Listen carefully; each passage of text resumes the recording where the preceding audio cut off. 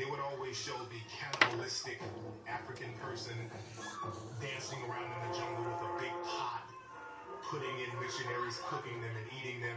And that's a major myth about Africa, because there's no evidence of any kind of cannibalism going on in Africa. There is no evidence of cannibalism in Africa. In fact, if you read a book called Man-Eater, there's more references to Europeans eating each other in the cold than there is Africans eating each other in the warm. Why are you going to have a need to eat each other when the Creator and the Son has given you mango and peanuts and food to eat that comes to you plentifully? There's no evidence of it, but again, to denigrate Africa and Africans, they have to create an image that people are going to shy away from. There's so many fallacies about African people and African history and culture. And cannibalism is one example. Based on my study, I found more evidence of cannibalism practiced among Europeans. Hello. In Virginia in the 1600s. Virginia. Documented cases of the first settlers coming to Virginia from England, coming here in fall and in the dead of winter, and not having enough supplies to see them through that season. So there's documented instances of people exhuming the bodies of the dead and eating it.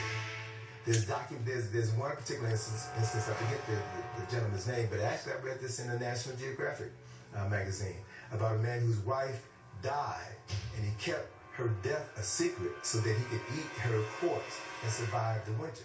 The cannibalism was going on in Europe big time. There's a lot of evidence showing the cannibalism that was going on in Europe.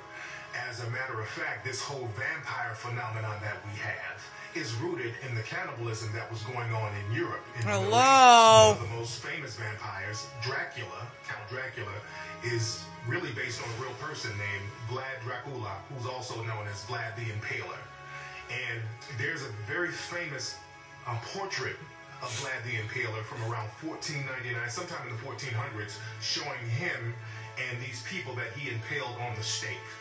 But they only show half of this portrait, because when you pan out of this portrait, you will see Vlad the Impaler literally at a dinner table eating the body parts. And I mean, he has like knife, fork, salt, and pepper, like he's at Applebee's or Denny's or something. You have to remember, at the time, Isabella, or the queen at the time, put a bounty on slaves. And part of the edict that she sent out was anyone or any of the people that you catch who are cannibals, you can enslave them.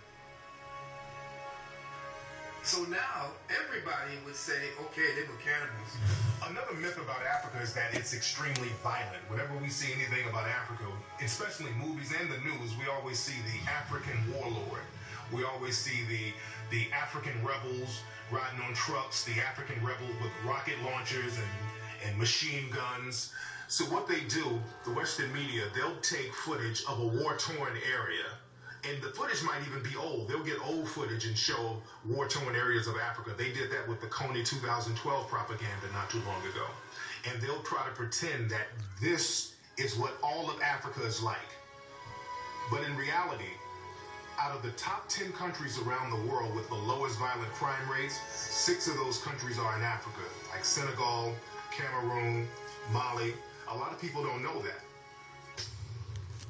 Now, aren't you people tired of white folks lying?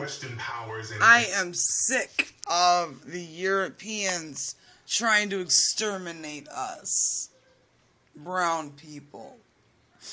If you're Japanese, Korean, Filipino, Malaysian, if you're anything other than European white, you have black blood in you. Now, we can fix things if we want to.